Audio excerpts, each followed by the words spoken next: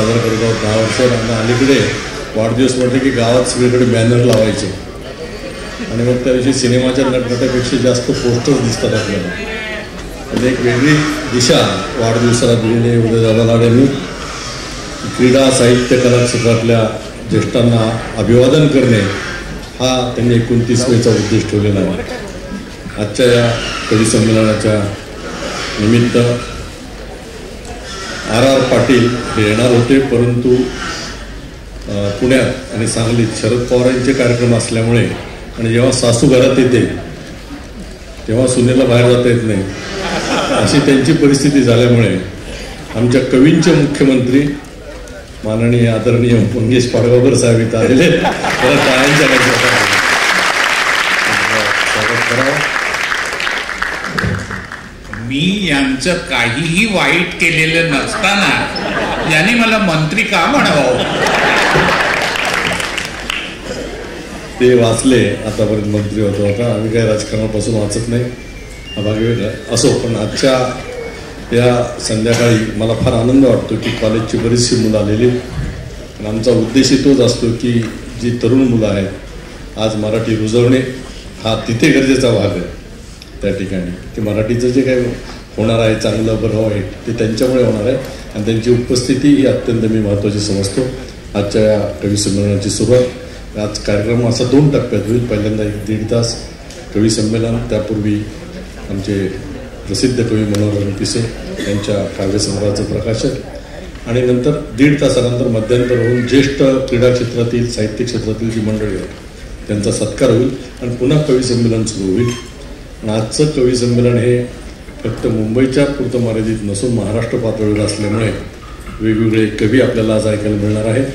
म्हणून या कविता उत्सवाची सुरुवात आदरणीय मंगेश पाडगावकर यांनी विवेकानंद यांच्या पुतळ्यास पुष्पमाला अर्पण करून आणि दीप प्रज्वलन करून करावी अशी त्यांना विनंती करतो.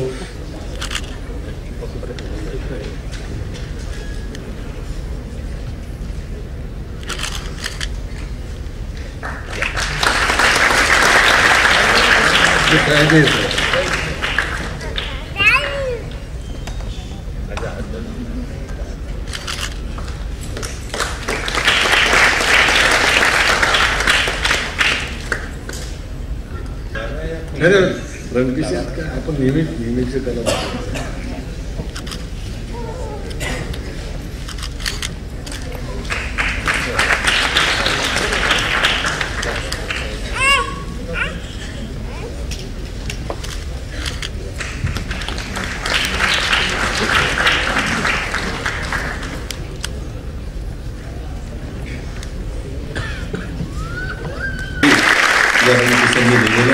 खरं काय तर महाराष्ट्र सरकारकडे पाहिलं आणि बजेट पाहिलं की आपल्याला हेच कळतं उठताही येत नाही. जी अवस्था महाराष्ट्र सरकारची ती सुद्धा त्यातून व्यतीत होते जर राजकारणाच्या अंगाने पाहिलं तर. परंतु यांची प्रत्येक गझल इतकी अप्रतिम आहे की ते पुस्तक वाचल्यानंतरच तुम्हाला कळेल मनोहर रणपिसे काय चीज आहे. आदरणीय कवी मंगेश पाडगावकर साहेब यांना मी विनंती करतो की त्यांच्या गझलच्या संग्रहाचं प्रकाशन त्यांनी करावं.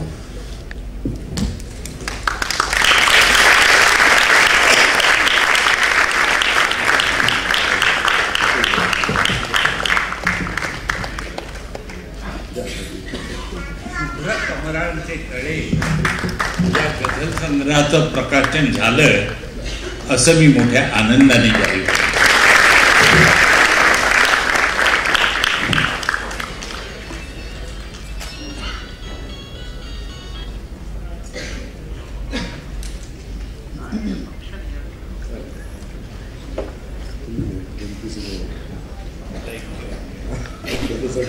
दादा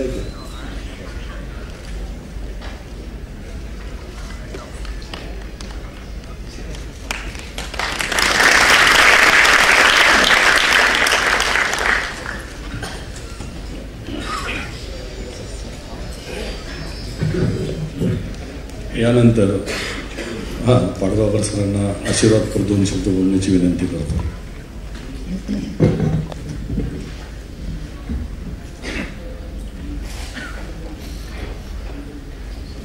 उदयनदादा लाड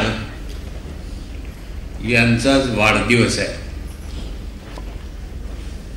त्यांनी या समारंभाचं जे निमंत्रण आम्हाला पाठवलेलं आहे, छापील निमंत्रण, त्या छापील निमंत्रणात त्यांनी एक छापील तंबी देऊन ठेवलेली आहे की इथे येताना आज कुठलीही भेट वस्तू किंवा फुलांचा गुच्छ किंवा हार आणू नये. आता मी कवी असल्यामुळे तुम्हाला माहिती आहे की कवीच्या बागेत शब्दांची फुलं फुलत असतात.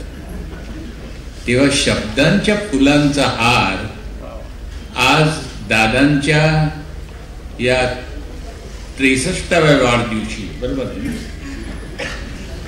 वय चोरत नाही,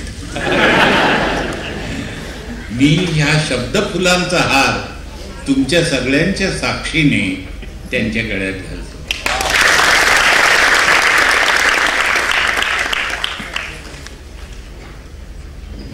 मनोहर रणपिसे हे फार चांगले कवी आहेत. हा संग्रह त्यांचा मी वाचलेला नाही अर्थात, कारण आत्ताच प्रसिद्ध होतोय, पण मी मोठ्या आनंदाने शुभ्र कमळांचे तळे हा संग्रह आनंदाने प्रसिद्ध झाल्याचं जाहीर केलं. आपल्याला तुम्हाला आता माहिती आहे की एका कवीने दुसऱ्या कवीचं पुस्तक प्रसिद्ध झालेलं आनंदाने जाहीर करणं म्हणजे कठीणच. तरी सुद्धा त्यांची कवितेची जातच अशी सुंदर आहे की कुठलाही वाचक कवितेवर प्रेम करणारा त्यांचं पुस्तक हे आनंदानेच हातात घेईल याच्याविषयी शंका नाही. आणि म्हणून मी त्यांचं या पुस्तकाबद्दल अभिनंदन करतो आणि त्यांचं आणि माझं वय लक्षात घेता त्यांचं अशीच प्रगती होत जावं असे त्यांना मी मनापासून आशीर्वाद देतो.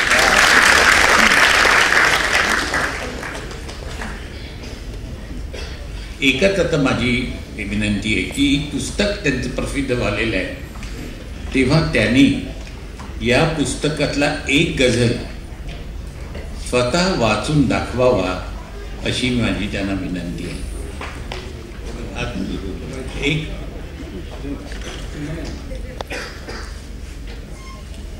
आदरणीय मंगेश पाडगावकरजी आमचे दैवत आहेत.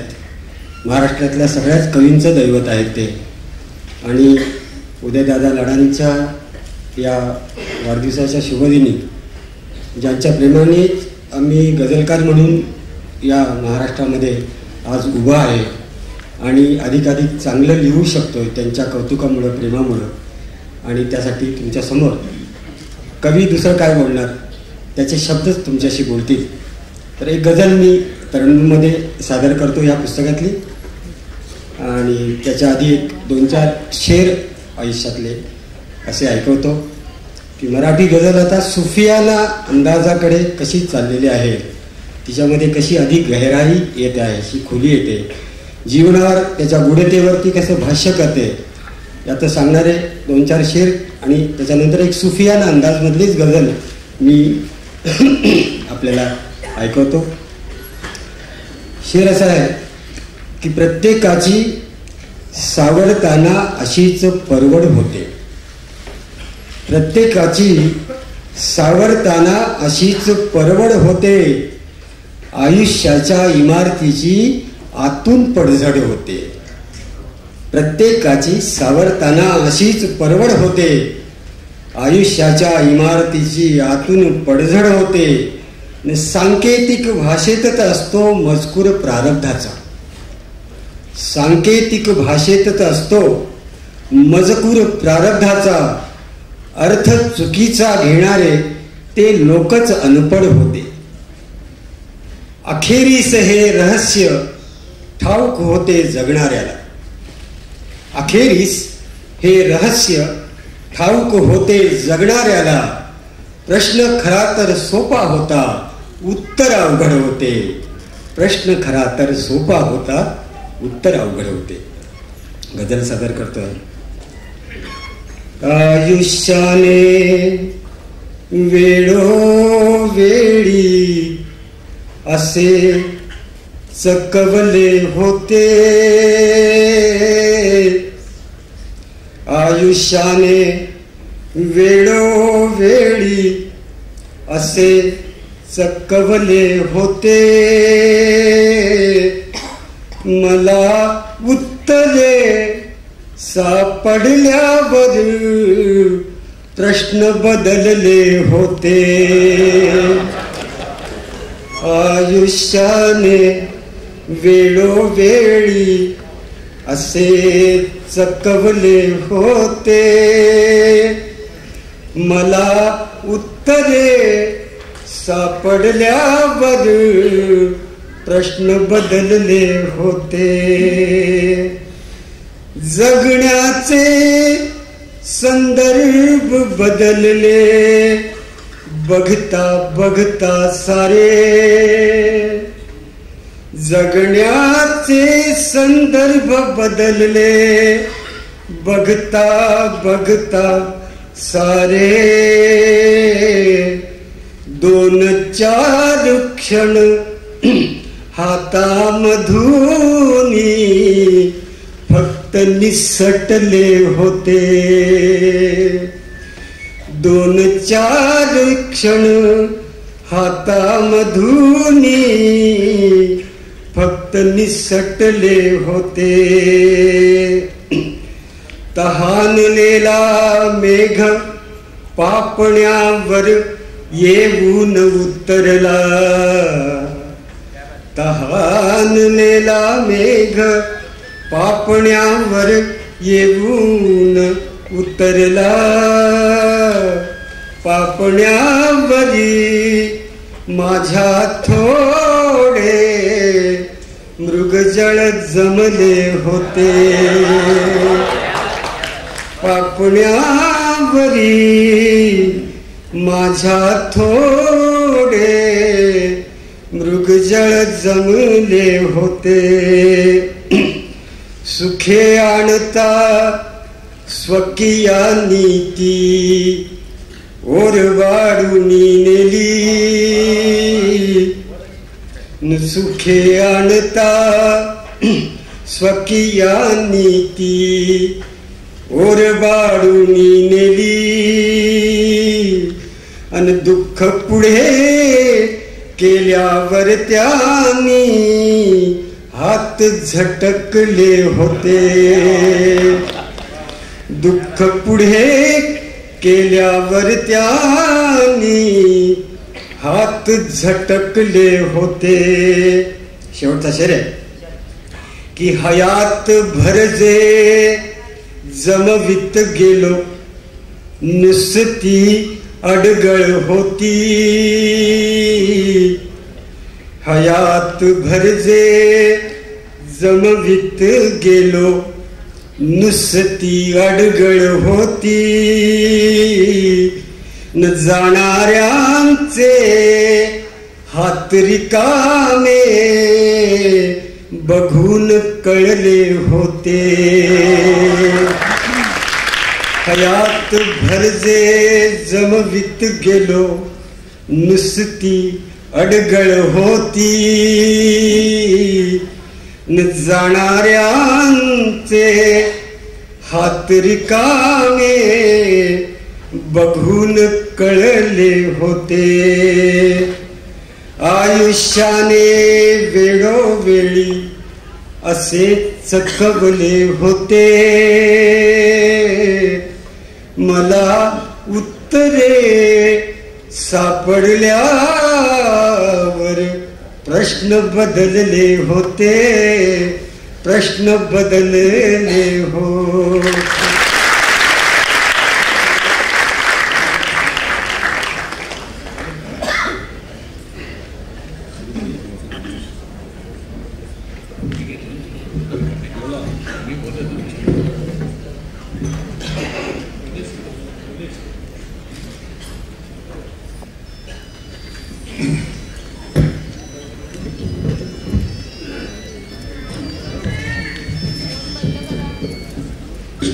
मंगेश पाडगावकर, इथं उपस्थित असलेले सर्व कवी, माझे मित्र रामदास फुटाणे आणि प्रेक्षागृहात बसलेले सर्व मान्यवर, आज आपण या मनोहर रणपिसेंच्या शुभ्र कमळांचे तळे या गझल संग्रहाचं प्रकाशन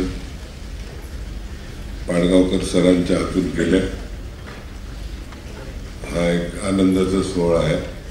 तसंच आजचं जे कवी संमेलन आहे त्याच्यामध्ये बरेचसे नवीन कवी आलेले आहेत आणि त्यांचा आपल्याला एकंदरीत त्यांच्याकडनं जे ऐकायचं आहे ते खूप नवीन नवीन आणि चांगलं असणार आहे अशी अपेक्षा आहे आणि सर्वांनी त्याचा आनंद घ्यावा असं मला वाटतं. अशी URL फाउंडेशनच्या वतीने मी सांगतो. URL फाउंडेशन दरवर्षी कबड्डी, मलखांब, खो खो, साहित्य, कॅरम आणि कुस्ती या वर्षीपासून आपण सुरू केले. त्याच्यामध्ये बरेचसे मान्यवर इथे उपस्थित आलेले आहेत ज्यांना हा पुरस्कार प्राप्त झालेला आहे आणि तो आता पुरस्कार सोहळा आपला हा आताचा कार्यक्रम कवी संमेलनाचा अर्ध्या टप्प्यावर आल्यावर आपण करणार आहोत. तरी लोकांनी त्याचा आस्वाद घ्यावा आणि त्यांची आपण ज्या लोकांचा पुरस्कार करणार आहोत त्यांना आपल्याकडून टाळ्या वाजवून शाबासकी द्यावी, त्यांचं कौतुक करावं. आपण कौतुक करायलाच त्यांना कुठून कुठून आपण लोक शोधतो ज्या लोकांचा सरकार दरबारी सुद्धा एक योग्य प्रकारे ज्यांचा सत्कार झालेला नाही किंवा त्या काळी नसेल असा सत्कार त्यांनी प्रयत्न केला नाही. आज कुठलाही पुरस्कार घ्यायचा झाला किंवा तर त्याच्यासाठी आपल्याला अर्ज विनंत्या कराव्या लागतात.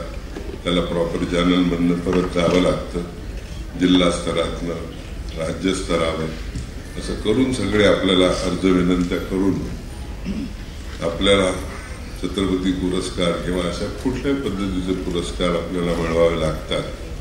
ही खरं तर दुःखाची गोष्ट आहे. पूर्वी असे पुरस्कार जे प्राप्त, किताब ज्याला आपण म्हणू, ते प्राप्त होत असत राजे महाराजांच्या काळामध्ये. तेव्हा प्रजासत्ताक राज्य नव्हती पण त्या काळात सुद्धा ते किताब एक ठराविक लोक, जाणकार लोक ते ठरवून देत असत. त्याच्यासाठी कुठल्याही प्रकारची अर्ज विनंत्या करायची पद्धत नव्हती आणि ती दुर्दैवाने आज आपल्याकडे आहे. त्याचा आपल्याला खेद होतोय. हा सगळा विचार आम्ही मनात घेतला आणि URL फाउंडेशनचे रामदास फुटाणे, देशपांडे सर अशी बरीचशी मंडळी सगळी, शिवकुमार लाड आणि गंधे सर असे सर्व लोक आम्ही एकत्र येऊन असा आम्ही विचार केला की अशा कार्यक्रमासाठी जे लोक, गोसावी सर मागच्या वेळेस आपण ज्याला पुरस्कार दिला खूप वयोवृद्ध होते, आज आपल्या या सभागृहात गोरा पंडित म्हणून आहेत. त्यांनी प्रमोद नवलकरांपासून तर खूप मोठमोठ्या लोकांना त्यांचा आपल्याकडे परिचय आपल्याकडे आहे. आता सांगतील जेव्हा पुरस्कार देतील तेव्हा. तर खूप मोठमोठ्या लोकांना त्यांनी, मधुकर सरपोतदार, नवलकर असे अनेक दिग्गज असे मान्यवर, वेगळ्या वेगळ्या क्षेत्रातले असे मान्यवरांना त्यांनी व्यायाम क्षेत्रामध्ये तयार केलेला आहे. तर अशा लोकांचा पुरस्कार त्या काळात समजा एखादा छत्रपती पुरस्कार नसेल पण असे भीष्माचार्य जे 93 वर्षाचे आहेत, 94 वर्षाचे आहेत, आज आपल्या सहभागात आले, त्यांचा आपण सत्कार करतो. खरोखर ही आनंदाची गोष्ट आहे की आम्हाला त्यांचा सत्कार करण्याचं भाग्य आम्हाला मिळतंय. हा आमचा बहुमान आहे खरं तर आणि हे एकंदरीत करताना खूप आनंद होतोय. आता कार्यक्रमाला सुरुवात करतील. जय हिंद, जय महाराष्ट्र. गेल्या 29 मेला जे ऐकवलं असेल ते आज म्हणायचं नाही. म्हणजे त्यामुळे सतत दर 29 मेच्या कार्यक्रमात नवीन काहीतरी म्हणायचं आहे आणि 1, 2, 3 तर कवी नवीनच आहेत की प्रथमच इथे सहभागी होत आहेत.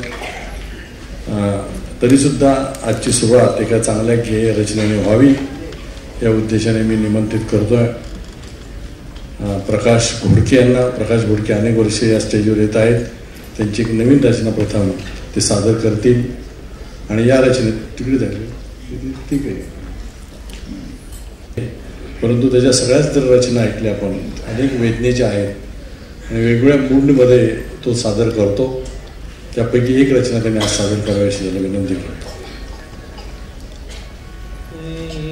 गढुळल्या दाही दिशा कडू झाली सारी वाणी. गढुळल्या दाही दिशा कडू झाली सारी वाणी. आता धुन वापरा घरी पावसाचे पाणी.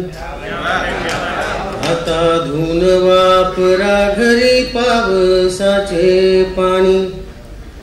रे नाही घराचा भरोसा नाही विश्वासाचे दार.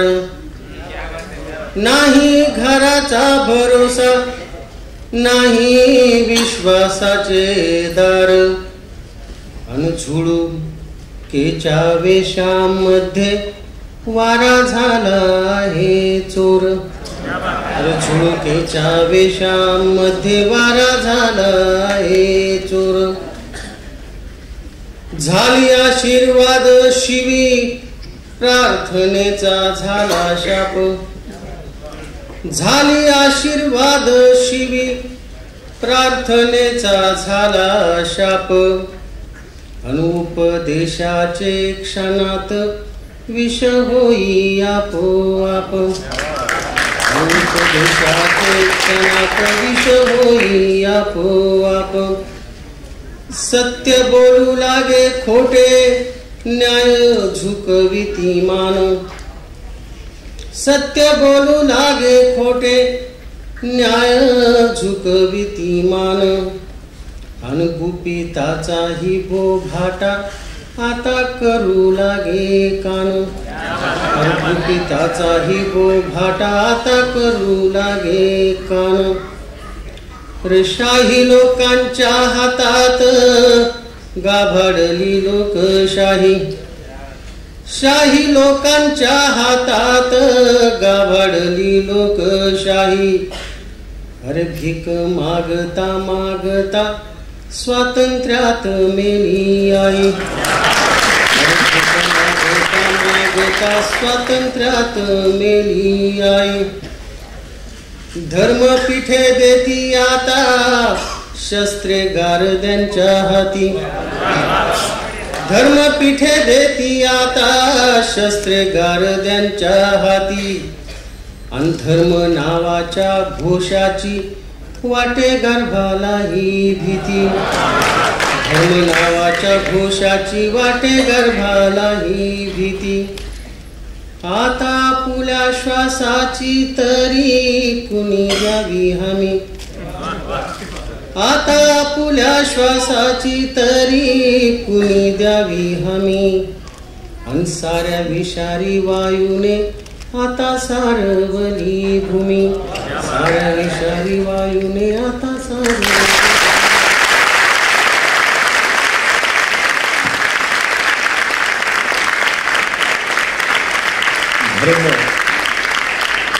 धर्म नावाच्या घोषाची वाटे गर्भालाही भीती.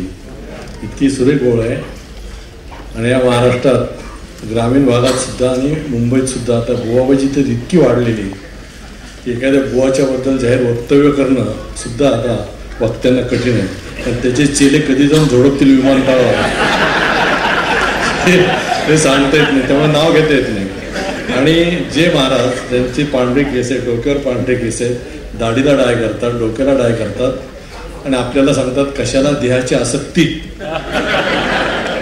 तेव्हा हा धर्म ज्या पद्धतीने या देशात वापरला जातोय त्यामुळे हा देश कधीही कीर्तनाने सुधारला नाही, तमाशाने बिघडला नाही. पण इतका भावुक देश आहे की या देशाला तुम्ही यांच्याप्रमाणेच वागत राहा तर टिका जिथे असाल तिथे, अन्यथा फार अवघड आहे.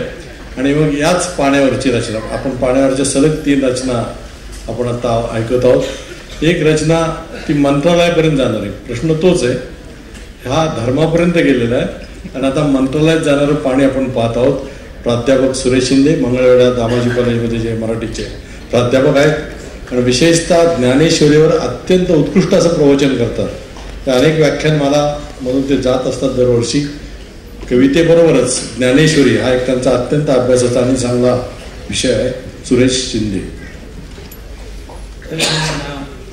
पाऊस पाऊस पाऊस होता तेच बरे होते. पाऊस पाऊस होता तेच बरे होते. खोटा पैसा दिला तरी त्याचे येणे खरे होते. सर धावून यायची गाव हिरवा गार व्हायचा. सर धावून यायची गाव हिरवा गार व्हायचा.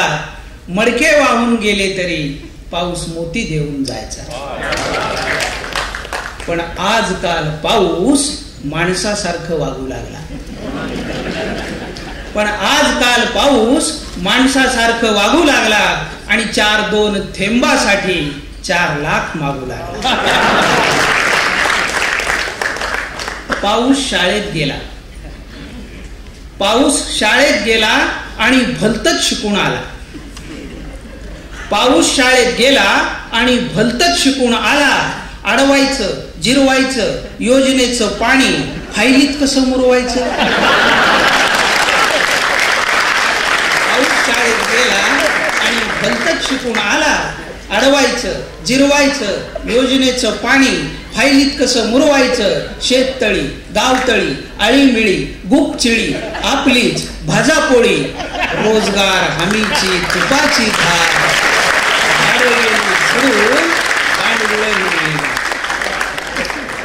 रोजगार हमीची तुपाची धार, झाडं गेली झडून, बांडगुळ हिरवीगार. पहिल्याची इयत्तेत पाऊस पदवीधर झाला आणि ज्ञानबाची मेघ ठोकून मंत्रालयात गेला. आज पाऊस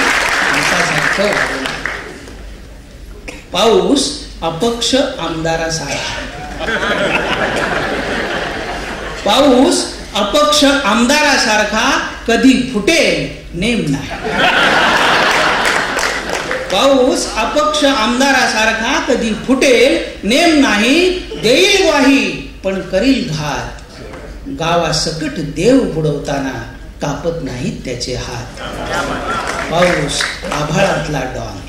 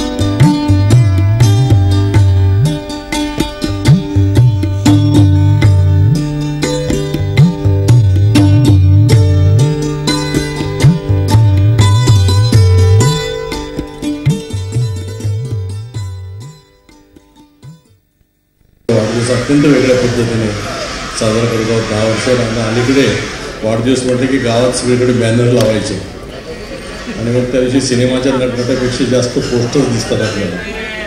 आणि एक वेगळी दिशा वाढदिवसाला दिलेली आहे उदयदादा लाड यांनी. क्रीडा साहित्य कला क्षेत्रातल्या ज्येष्ठांना अभिवादन करणे हा त्यांनी 29वेचा उद्देश ठेवलेला आहे. आजच्या या कवी संमेलनाच्या निमित्त R.R. पाटील हे येणार होते, परंतु पुण्यात आणि सांगलीत शरद पवारांचे कार्यक्रम असल्यामुळे आणि जेव्हा सासू घरात येते तेव्हा सुनेला बाहेर जाता येत नाही अशी त्यांची परिस्थिती झाल्यामुळे आमच्या कवींचे मुख्यमंत्री माननीय आदरणीय मंगेश पाडगावकर साहेब इथं आलेले त्याला टाळ्यांच्या स्वागत करावं. मी यांचं काहीही वाईट केलेलं नसताना यांनी मला मंत्री का म्हणावं? ते वाचले आतापर्यंत मंत्री होता. आम्ही काही राजकारणापासून वाचत नाही, हा भाग वेगळा असो. पण आजच्या या संध्याकाळी मला फार आनंद वाटतो की कॉलेजची बरीचशी मुलं आलेली. आणि आमचा उद्देश तोच असतो की जी तरुण मुलं आहेत आज मराठी रुजवणे हा तिथे गरजेचा भाग आहे. त्या ठिकाणी की मराठीचं जे काही होणार आहे चांगलं बरं वाईट ते त्यांच्यामुळे होणार आहे आणि त्यांची उपस्थिती ही अत्यंत मी महत्त्वाची समजतो. आजच्या या कवी संमेलनाची सुरुवात आज कार्यक्रम असा 2 टप्प्यात होईल. पहिल्यांदा 1-1.5 तास कवी संमेलन, त्यापूर्वी आमचे प्रसिद्ध कवी मनोहर रणपिसे यांच्या काव्यसंग्रहाचं प्रकाशन आणि नंतर 1.5 तासानंतर मध्यंतर होऊन ज्येष्ठ क्रीडा क्षेत्रातील साहित्य क्षेत्रातील जी मंडळी आहेत त्यांचा सत्कार होईल आणि पुन्हा कवी संमेलन सुरू होईल. आणि आजचं कवी संमेलन हे फक्त मुंबईच्या पुरतं मर्यादित नसून महाराष्ट्र पातळीवर असल्यामुळे वेगवेगळे कवी आपल्याला आज ऐकायला मिळणार आहेत. म्हणून या कविता उत्सवाची सुरुवात आदरणीय मंगेश पाडगावकर यांनी विवेकानंद यांच्या पुतळ्यास पुष्पमाला अर्पण करून आणि दीप प्रज्वलन करून करावी अशी त्यांना विनंती करतो.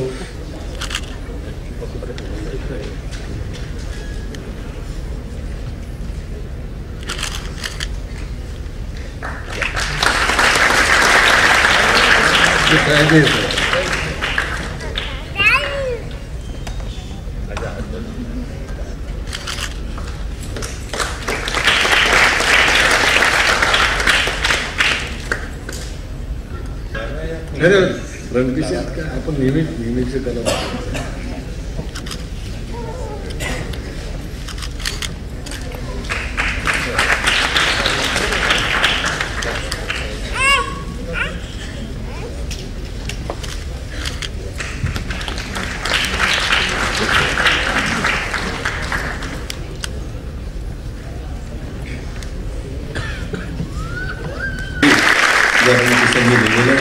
खरं काय तर महाराष्ट्र सरकारकडे पाहिलं आणि बजेट पाहिलं की आपल्याला हेच कळतं उठताही येत नाही. जी अवस्था महाराष्ट्र सरकारची ती सुद्धा त्यातून व्यतीत होते जर राजकारणाच्या अंगाने पाहिलं तर. परंतु यांची प्रत्येक गझल इतकी अप्रतिम आहे की ते पुस्तक वाचल्यानंतरच तुम्हाला कळेल मनोहर रणपिसे काय चीज आहे. आदरणीय कवी मंगेश पाडगावकर साहेब यांना मी विनंती करतो की त्यांच्या गझलच्या संग्रहाचं प्रकाशन त्यांनी करावं.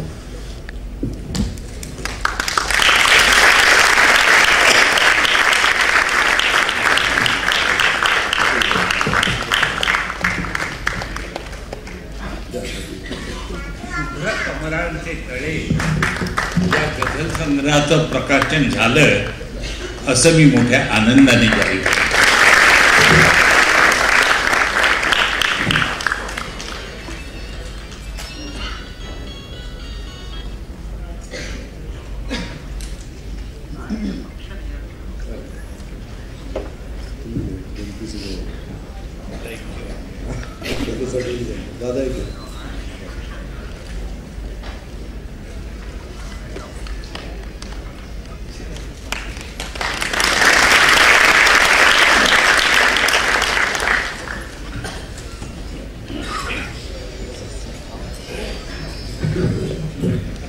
यानंतर पाडगावकर सरांना आशीर्वाद 2 शब्द बोलण्याची विनंती करतो.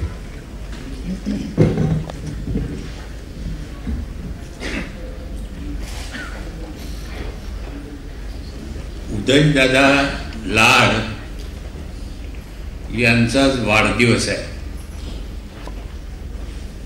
त्यांनी या समारंभाचं जे निमंत्रण आम्हाला पाठवलेलं आहे, छापील निमंत्रण, त्या छापील निमंत्रणात त्यांनी एक छापील तंबी देऊन ठेवलेली आहे की इथे येताना आज कुठलीही भेट वस्तू किंवा फुलांचा गुच्छ किंवा हार आणू नये.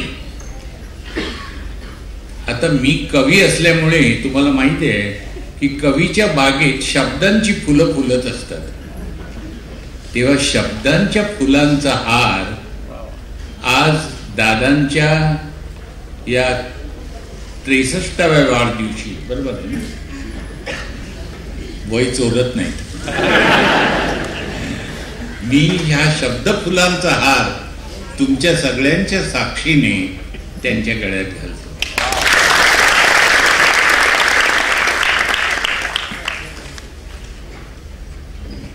मनोहर रणपिसे हे फार चांगले कवी आहेत. हा संग्रह त्यांचा मी वाचलेला नाही अर्थात, कारण आताच प्रसिद्ध होतोय, पण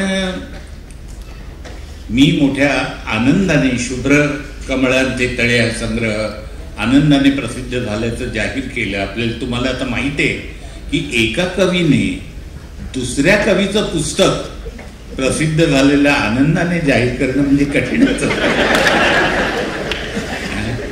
तरी सुद्धा त्यांची कवितेची जातच अशी सुंदर आहे की कुठलाही वाचक कवितेवर प्रेम करणारा त्यांचं पुस्तक हे आनंदानेच हातात घेईल याच्याविषयी शंका नाही. आणि म्हणून मी त्यांचं या पुस्तकाबद्दल अभिनंदन करतो आणि त्यांचं आणि माझं वय लक्षात घेता त्यांचं अशीच प्रगती होत जावं असे त्यांना मी मनापासून आशीर्वाद देतो.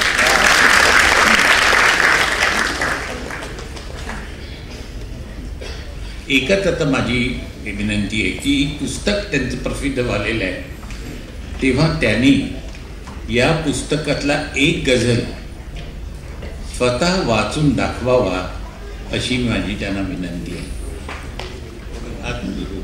एक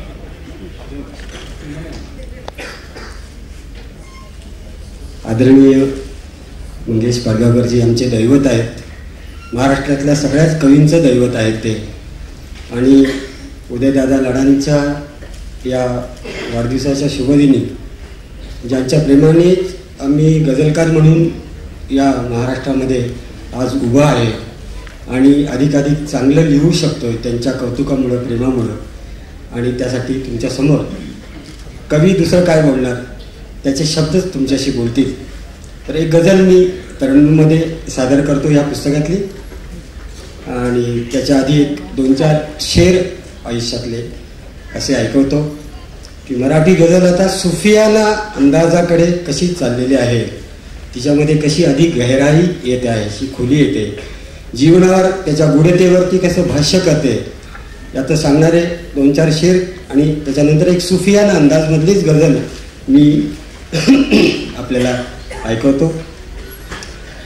शेर असा आहे की प्रत्येकाची सावरताना अशीच परवड होते, प्रत्येकाची सावरताना अशीच परवड होते, आयुष्याच्या इमारतीची आतून पडझड होते, प्रत्येकाची सावरताना अशीच परवड होते, आयुष्याच्या इमारतीची आतून पडझड होते. सांकेतिक भाषेतच असतो मजकूर प्रारब्धाचा, सांकेतिक भाषेतच असतो मजकूर प्रारब्धाचा, अर्थ चुकीचा घेणारे ते लोकच अनपढ होते, अखेरीस हे रहस्य ठाऊक होते जगणाऱ्याला, अखेरीस हे रहस्य ठाऊक होते जगणाऱ्याला, प्रश्न खरा तर सोपा होता उत्तर अवघड होते, प्रश्न खरा तर सोपा होता उत्तर अवघड होते. गझल सादर करतोय. आयुष्याने वेळोवेळी असे चकवले होते, आयुष्याने वेळोवेळी असे चकवले होते, मला उत्तरे सापडल्यावर प्रश्न बदलले होते. आयुष्याने वेळोवेळी असे चकवले होते, मला उत्तरे सापडल्यावर प्रश्न बदलले होते. जगण्याचे संदर्भ बदलले, बघता बघता सारे. जगण्याचे संदर्भ बदलले, बघता बघता सारे. 2-4 क्षण हातामधून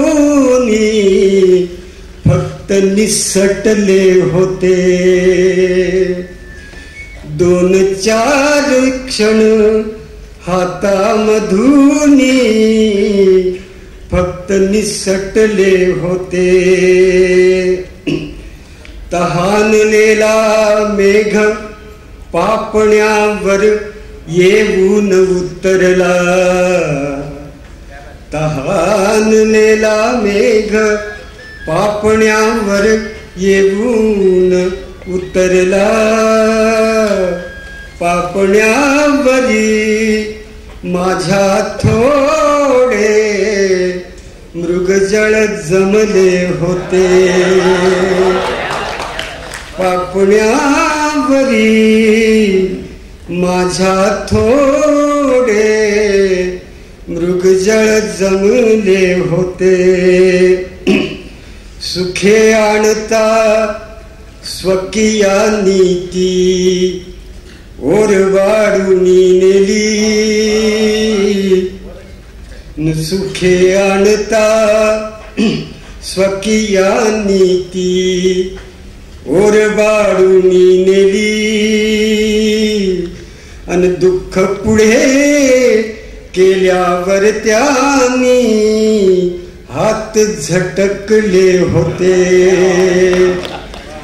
दुःख पुढे केल्यावर त्यांनी हात झटकले होते. शेवटचा शेर आहे की हयात भरजे जमवित गेलो, नुसती अडगळ होती. हयात भरजे जमवित गेलो, नुसती अडगळ होती. न जाणाऱ्यांचे हात रिकामे बघून कळले होते. हयात भरजे जमवित गेलो, नुसती अडगळ होती.